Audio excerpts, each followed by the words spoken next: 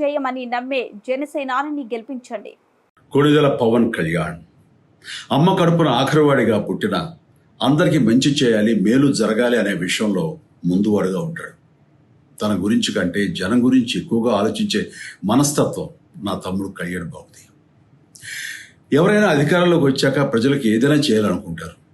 కానీ కళ్యాణ్ తన సొంత సంపాదనని కౌలు రైతుల కన్నీళ్లు తుడిచేందుకు ఖర్చు పెట్టడం, సరిహద్దు దగ్గర ప్రాణాలొడ్డి పోరాడే జవాన్ కోసం పెద్ద మొత్తం అందివ్వటం, అలాగే మత్స్యకారులు ఇంకా ఎందరికో తాను చేసిన సహాయం చూస్తుంటే ఇలాంటి నాయకుడు కదా జనాలకు కావాల్సింది అనిపిస్తుంది.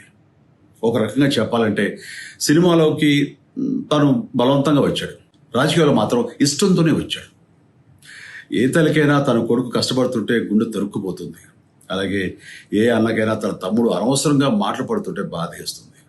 అలా బాధపడుతున్న నా తల్లికి ఈ అన్నయ్యగా ఒక మాట చెప్పాను.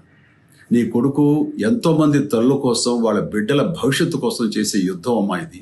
మన బాధ కంటే అది ఎంతో గొప్పది అన్నాను. అన్యాయాన్ని ఎదిరించకుండా మౌనంగా ఉండే మంచివాళ్ళ వల్లనే ప్రజాస్వామ్యం మరింత నష్టం అని నమ్మి జనం కోసం జన సైనికుడు అయ్యాడు. తాను బలంగా నమ్మిన సిద్ధాంతం కోసం తన జీవితం రాజకీయాల్లోకి అంకితం చేసిన శక్తిశాలి పవన్ కళ్యాణ్.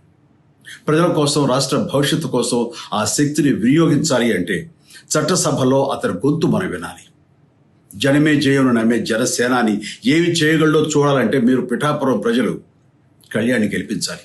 మీకు సేవకుడుగా, సైనికుడుగా అండగా నిలబడతాడు. మీకోసం ఏమైనా సరే కలబడతాడు, మీ కళ నిజం చేస్తాడు. పిఠాపురం వాస్తవ్యులకు మీ చిరంజీవి విన్నపం. గాజు గ్లాసు గుర్తుకి మీ ఓటు వేసి పవన్ కళ్యాణ్ని గెలిపి